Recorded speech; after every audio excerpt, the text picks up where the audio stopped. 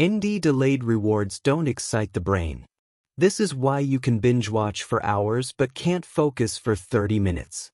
One feeds dopamine instantly. The other asks for patience. But here's the shift that changes everything. Winners don't eliminate resistance. They work with it. They stop expecting consistency to feel good. They stop waiting for alignment. They treat consistency like brushing teeth. Not exciting. Not optional. Just non-negotiable. The most disciplined people don't have stronger willpower. They have better systems. They reduce friction. They lower the bar.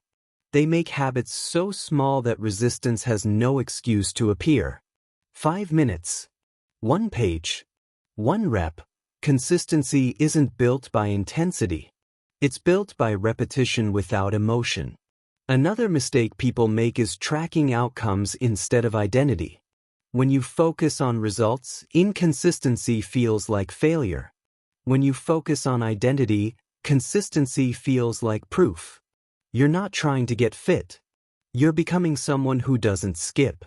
You're not trying to be productive. You're becoming someone who shows up. The brain resists consistency, but it respects identity. Once an action becomes part of who you believe you are, resistance drops. The brain loves patterns when they define identity. That's why bad habits are easy to repeat. They feel familiar. They feel safe. So the real goal isn't motivation. It's familiarity. Do something long enough, and the brain stops fighting. What felt painful becomes normal. What felt boring becomes automatic. Consistency doesn't get easier because you get stronger.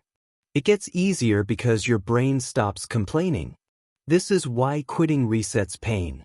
Every time you stop and restart, you relive resistance from zero. That's why staying average feels easier than restarting growth.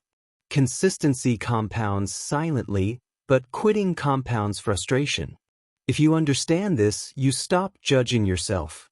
You stop relying on hype. You stop chasing motivation. You build habits that survive bad days. And bad days are where progress is actually made. Your brain hates consistency. That's why it works. And that's why most people never master it. If you want to train your mind instead of being controlled by it, subscribe to this channel. Every video here is designed to rewire how you think, act, and win long-term.